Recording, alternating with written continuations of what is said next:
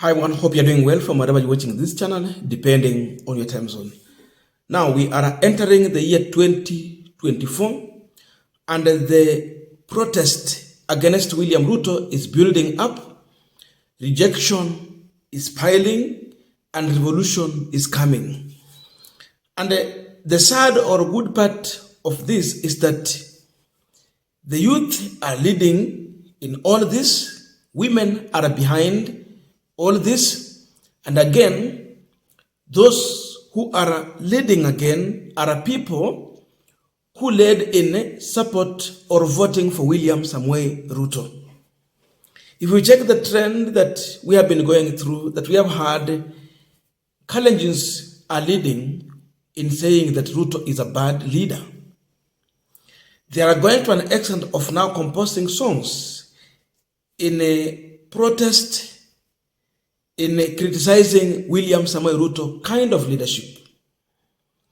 And someone shared with me a clip, just 40 seconds, where youth are talking about Ruto being, can we say funny, or being a Ruto of wanderers. That he is a Ruto who came and removed the price of diesel from low to middle and to the top. Cost of living from low to the middle to the top. Like everything. He removed it from down, which was at affordable level, in the middle and at the top. So this is just Ruto of wanderers. This is a protest against the leadership of Ruto. They believe and feel that Ruto has betrayed them because he said he will remove the cost of living from the top there down here so that the poor can afford.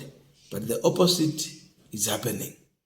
Kwa wimbo wa katikati na kitikio cha sema Ruto wetu ni wa ajabu. Ruto wetu ni wa ajabu.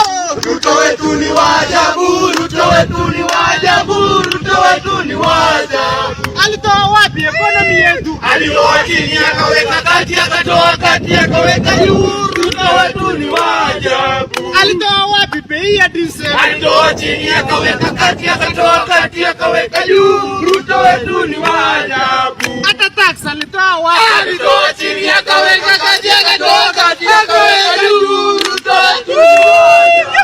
wetu ni wa ajabu. Ruto wetu ni wa ajabu. Ruto wetu ni wa ajabu. Ruto wetu ni wa ajabu.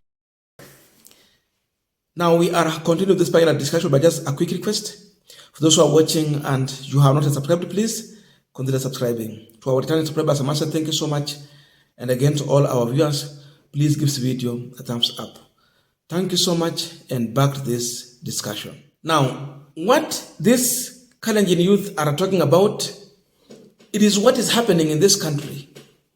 It is true, Uhuru Kenyatta to some extent had some understanding that we have people in this country who cannot afford to get some services, afford if he can put in place policies that is meant to increase the cost of living in terms of what kind of finance bill can he adopt. Uhuru had 8%. Ruto came and doubled. Uhuru to some extent understood that to make life affordable in this country, there are items he needed to subsidize so that everyone can afford. When you subsidize an item, it means you want to make it affordable for everyone in as much as it is expensive. That means that to some level, there is a percent that government is paying for you when you buy some product, goods or services. But with William Ruto, everyone has to afford. He don't care when you are poor, when you are rich. And that is what informed his decision to remove subsidy on anything that Uhuru found a reason to support. Alitoa kuanzia kwa mafuta and everything. Like you talk about fuel, there was about 30 shillings that the government was paying for you in terms of subsidy to make it affordable and readily available for you in the market. He removed. So with all this, Kenyans came to realize that everything in terms of affordability or price, it has removed from down to the top. So this is the opposite of bottom up. It is the opposite of what Ruto campaigned for. And in that, then you make life expensive, especially for the youth who are a majority jobless in this country. They cannot afford, they don't have space to breathe. They have been suffocated. These are the people that Ruto referred to as hustlers, simply because they don't have jobs. They depend on kibarua for one day. You don't know when you'll get another one. But now with all this, the taxes they put in place, it has now resulted into destruction of business, because we have people who cannot afford to continue running business in this country. So when you are killing business, it means you are killing employment.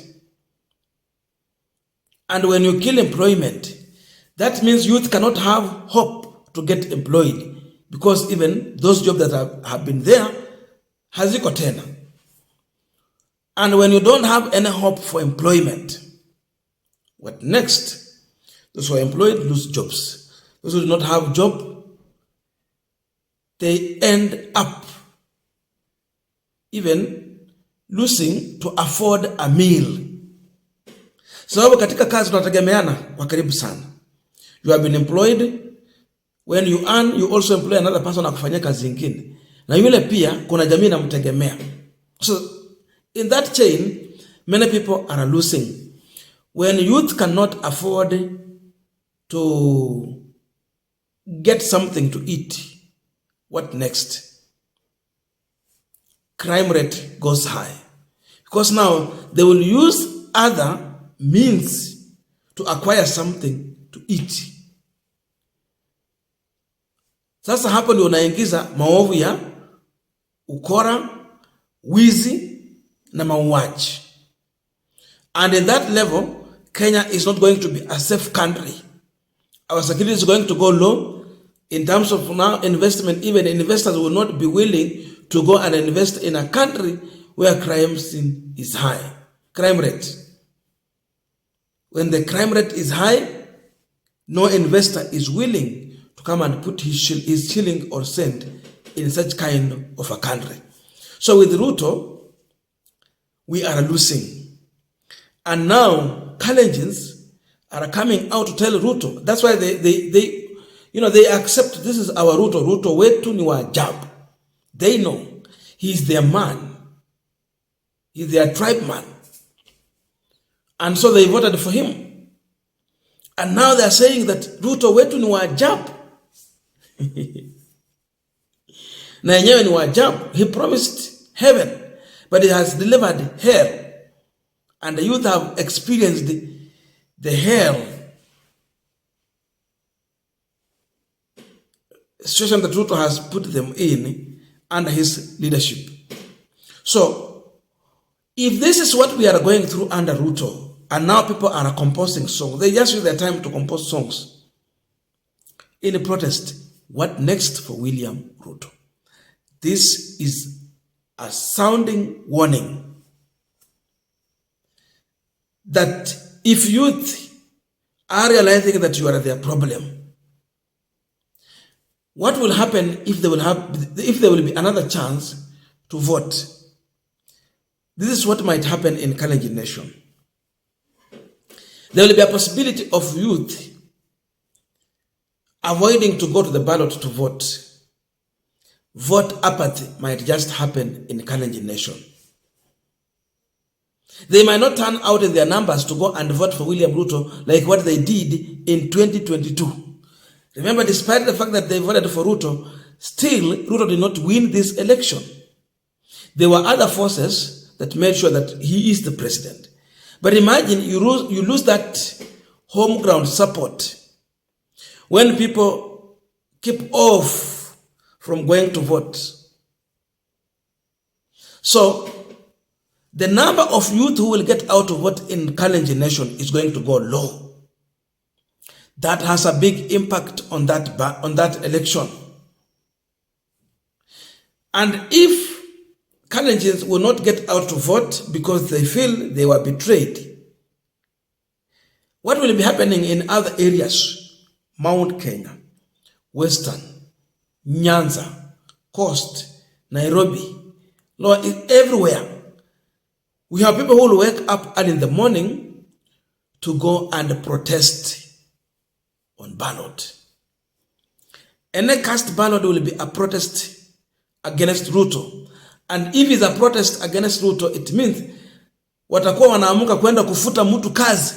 Hiyo inamaanisha wanaandika mwingine. Yule mwenye atakuwa anafuta kazi ni William Samuel Ruto.